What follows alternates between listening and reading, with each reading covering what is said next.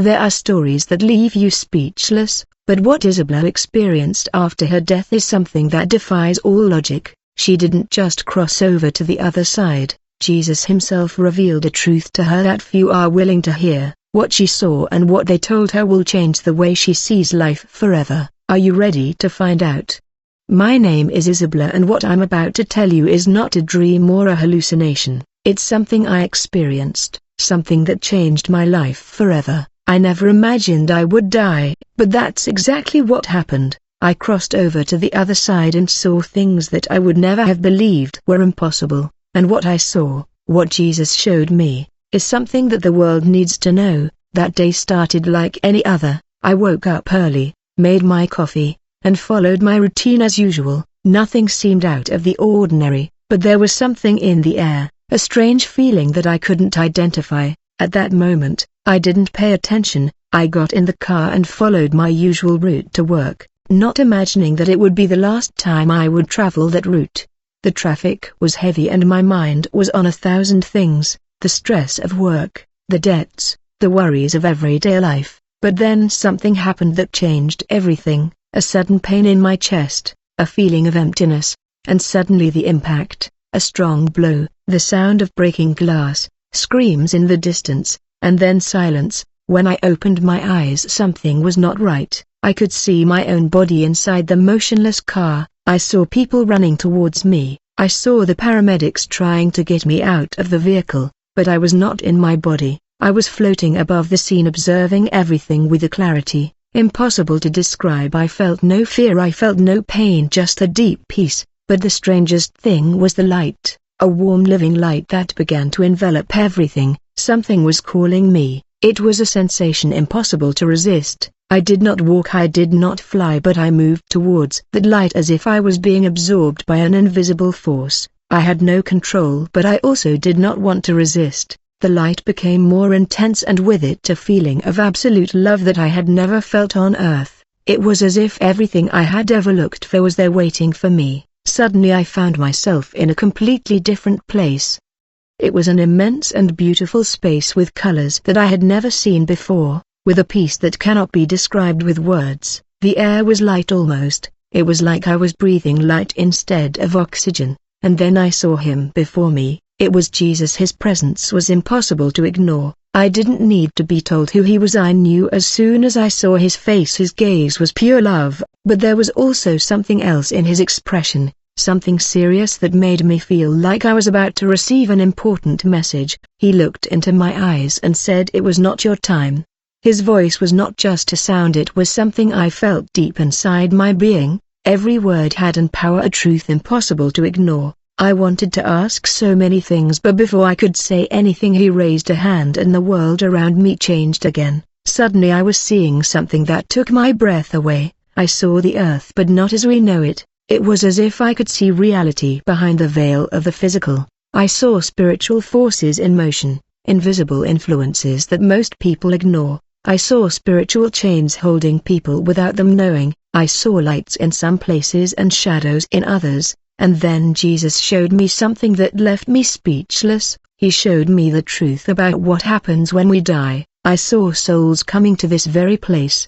There was people with faces of peace, others with expressions of terror and regret. I saw the weight of their lives reflected in their essence. I saw how their actions on earth determined what would happen after death. I wanted to ask, I wanted to understand more, but Jesus just looked at me with that expression of love and authority that enveloped him. And then he showed me something else, something that left me completely breathless. My heart was beating strongly, or at least I felt it was beating, although I no longer had a physical body.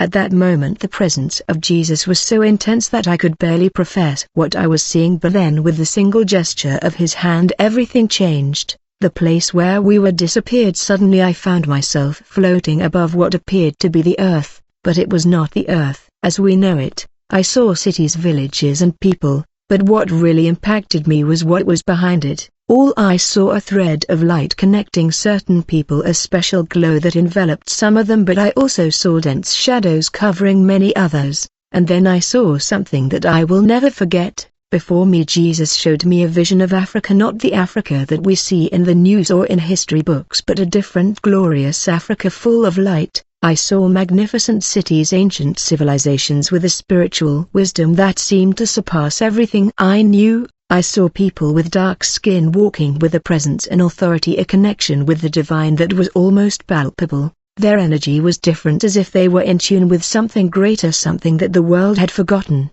I looked at Jesus trying to understand what I was seeing, and then he spoke to me. The truth was hidden from them.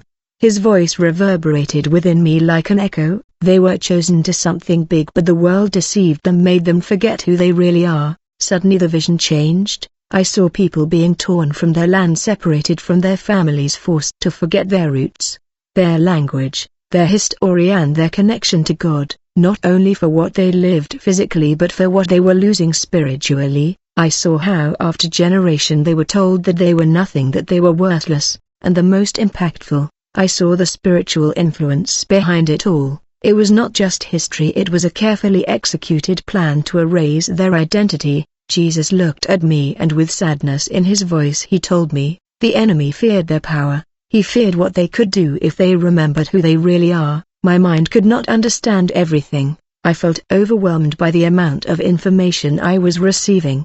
But then the vision changed again. I saw communities struggling, people who felt trapped without understanding why. I saw many without hope, believing that they were destined to suffer, that there was no greater purpose for them. And then I saw some who were awakening, people who somehow began to remember, to question, to seek something deeper. I saw how a spark was lit in them, and that spark began to illuminate other people. Jesus smiled slightly and said, "The time of awakening has begun." My soul trembled with these words. I wanted to ask more, but before I could, the vision changed once again. What I saw next left me breathless. My body trembled, although I no longer had won. What I was seeing was not just history, it was a truth that had been hidden for generations. I felt overwhelmed by the magnitude of it all, but Jesus remained by my side with that look of love and compassion that made me feel safe. Despite everything I was seeing, the vision became even deeper. I saw the modern world, but not in the way I had seen it before. I saw the invisible structures that controlled people's minds.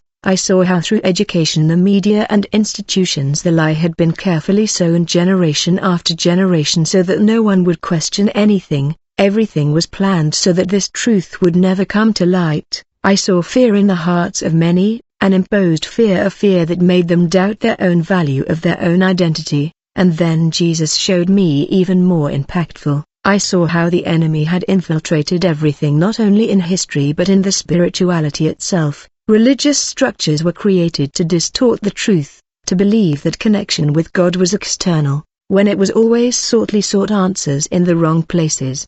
Religion had become a manipulation tool to keep people blinded, to keep them slaves of a system that would never allow them to remember. The biggest lie was not physical oppression but spiritual oppression. If a soul does not know who is, will never claim its inheritance. I felt a shiver. This was not just about the past but about the present and the future. I saw how many people were starting to question the awakening, but the enemy was counterattacking, how the world was filled with constant noise, distractions to prevent the silence to hear the voice of God, promoted materialism, individualism, selfishness to prevent people from realizing themselves, and understood the power they had when they aligned with their divine purpose. Jesus is now coming. The battle has reached the most critical point. I have suddenly seen a great darkness covering the world. It was like a thick veil, a shadow that stretched over whole nations, but within that shadow, forming a network of light that was beginning to break the idol. I saw people awakening by finding their purpose via community, joining families. Healing became spiritual currents breaking up, and then I understood it was not just about knowing the truth but living it,